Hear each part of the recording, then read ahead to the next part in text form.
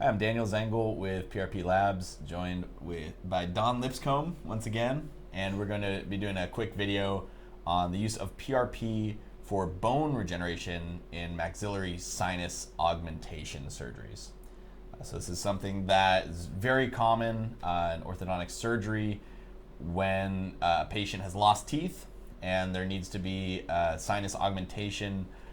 There is often going to be a bone graft procedure that's used, and we're going to talk about a study today, or Don will be introducing us to a study that compares the traditional sinus augmentation process with one that uses PRP, and there's interesting results. Can you tell us a bit about this, Don? Sure. So this study wanted to see if PRP mixed in with one of these implants could actually strengthen the bone density, get more blood flowing basically to the area. Yeah. So there were 15 patients, and all these patients were partially edentulous, which means they were missing teeth. They had lost teeth. Sure.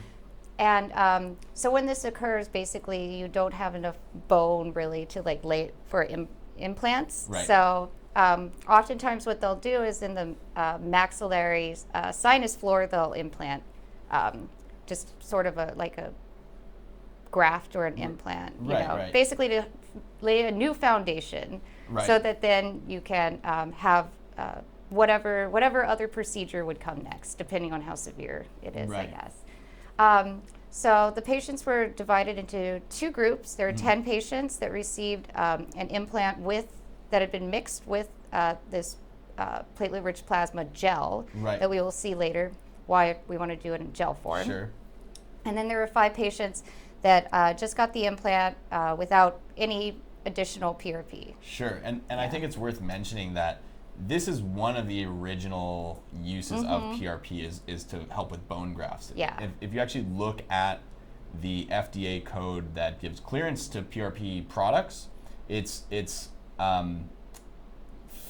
the clearance with the FDA, the pre-market approval that was originally for PRP is for bone grafts, for improving bone grafts with PRP. So we're seeing that PRP used in its most traditional, purest form in this study. And and so you mentioned that they use a PRP gel. Can you talk a bit more about that? Sure. So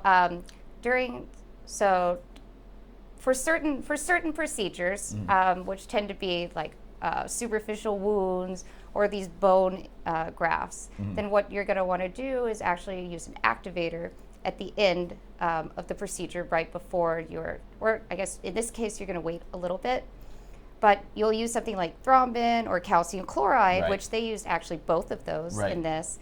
And what that does is, so not only does it neutralize the anticoagulant that they used in order to collect the blood, which in this case it was ACDA, but it also will activate the platelets. The platelets start to degranulate. Right. And also what occurs is there's something called polymerization of fibrogen, and this becomes fibrin.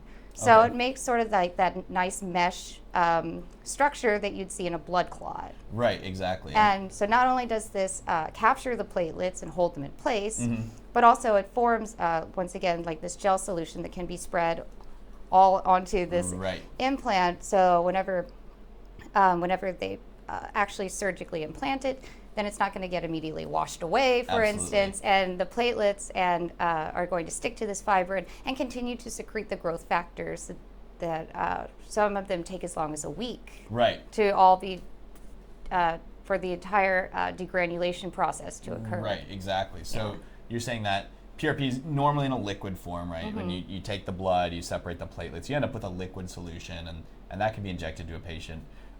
In this particular study, when they're using PRP for bone graft materials, they don't want a liquid that they're just going to be kind of like putting in there because it's not going to Also, the mouth is very wet. Right, exactly. Get washed out. Saliva, exactly. Yeah. So when they activate it, as you're saying, using calcium chloride and thrombin, it causes this degranulation of the platelets, and it causes it to clot due to fibrin, like you mentioned. Yes. And this is sometimes called PRF, or platelet-rich fibrin. And in the study that you're talking about, they literally use the phrase that the surgeons packed in this gel. So that gives you kind of an idea of the viscosity we're talking about it really is almost like a putty or like a blood clot essentially. Yeah, it exactly serves as that same purpose, because they're basically replicating what goes on in the body sans red blood cells. Right, and it's really cool that not only does this platelet-rich fibrin or activated PRP provide sort of structural support, it seems,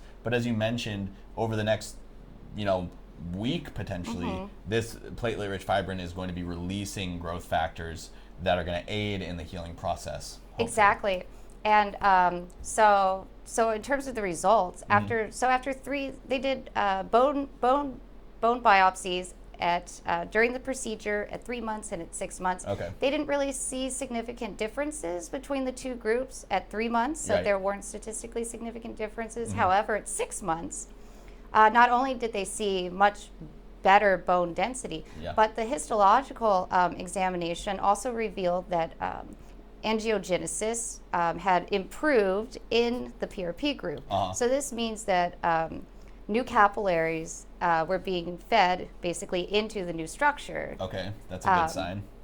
Yeah, and this makes sense biologically, I think, because some of the growth factors like platelet-derived growth factor, endothelial growth factor? Yeah, and vascular endothelial growth factor. That's what it is. Yeah, and insulin growth factor. So they're thought to assist with differentiation of stem cells into osteoblasts, which is what forms new bone. Right. And then, so this leads to that bone matrix formation, which would explain the bone density improvements. And also, these growth factors, too, promote angiogenesis and that capillary ingrowth that we want to see, which the researchers did see in that histological analysis. So, excellent.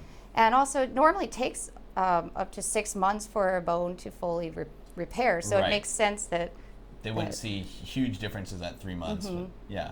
And that is really impressive that we're talking about a single PRP, use of PRP during the surgery. This is not an extra visit. This is not a ton of extra time or money for a surgeon. This is something that could easily be incorporated into all their procedures for this type of condition. And this study showed us statistically significant improvements in bone healing, and that the PRP group had better vascularization as well. Yeah, and this is already an established procedure too. I mean, this was one of the first uses for it, and it's already been scientifically shown to have these benefits. Absolutely. Yeah, so hopefully this is a trend that more and more doctors and surgeons are picking up on, and patients can start getting better outcomes. All right, Dawn, well, thank you for bringing us this study and talking about this. We're going to be right back with some more PRP videos in just a few minutes, so stick around.